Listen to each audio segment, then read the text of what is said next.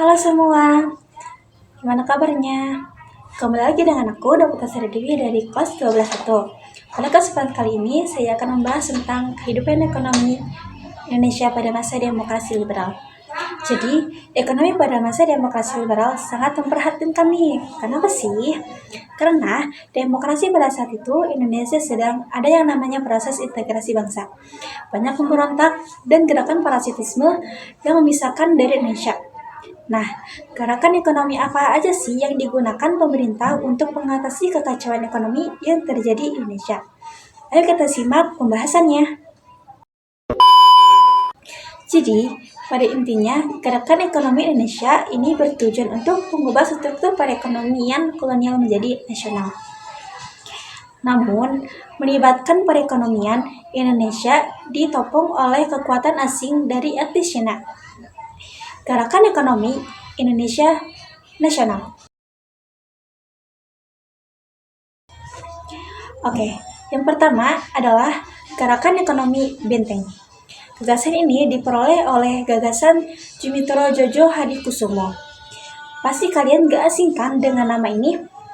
Ya, beliau adalah Bapak Negarawan sekarang, yaitu Bapak Prabowo Subianto. Ekonomi yang kuat membutuhkan dukungan dari kelas ekonomi menengah pribumi yang kuat. Gagasan tersebut dituangkan dalam Rencana Organisasi Perekonomian atau RUP yang disebut Plan Sumitro atau Program Benteng. Tujuannya adalah menumbuhkan kaum pengusaha pribumi agar mampu bersaing dengan pengusaha Cina.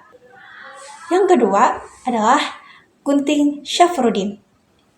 Nah, program ini dicetus oleh Syafruddin Prawira Negara.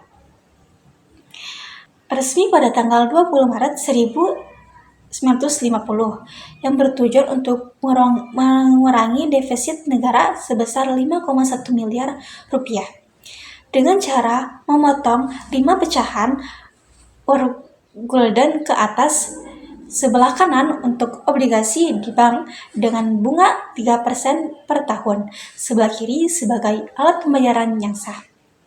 Yang ketiga adalah Gerakan Asat. Gerakan ini dilakukan pada Oktober 1956. Pemerintah memberikan lisensi khusus pada pengusaha pribumi. Gerakan ini menimbulkan anti-Cina.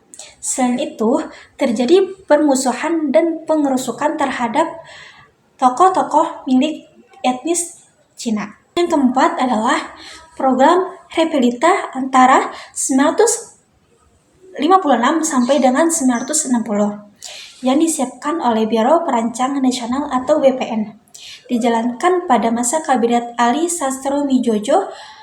Tujuan gerakan ini adalah mendorong munculnya industri besar, perusahaan kepentingan umum, dan jasa pada sektor publik. Selanjutnya adalah nasionalisasi perusahaan asing dengan pencabutan hal milik Belanda atau asing. Hal ini dilakukan karena mengingkari perundingan KMB. Contoh perusahaan asing yang dinasionalisasi ini adalah UU tentang nasionalisis disahkan tahun 1958 seperti PT Pelni dan PT Garuda Indonesia.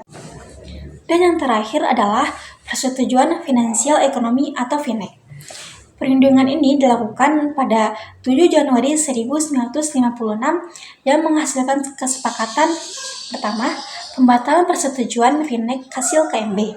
Yang kedua, hubungan FINEK Indonesia-Belanda didasarkan atas hubungan bilateral. Yang ketiga atau terakhir adalah hubungan FINEK didasarkan atas UUD nasional. Tidak boleh diikat oleh perjanjian lain. Karena Belanda tidak ingin menandatangani. Akhirnya, Burhanuddin membubarkan Uni Indonesia Belanda yang sudah dibentuk konferensi meja bundar. Nah, itu adalah kebijakan ekonomi pada masa demokrasi liberal.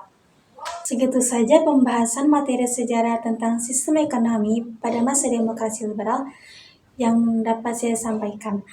Kurang lebihnya mohon maaf. Terima kasih. Wassalamualaikum warahmatullahi wabarakatuh. Hai semuanya.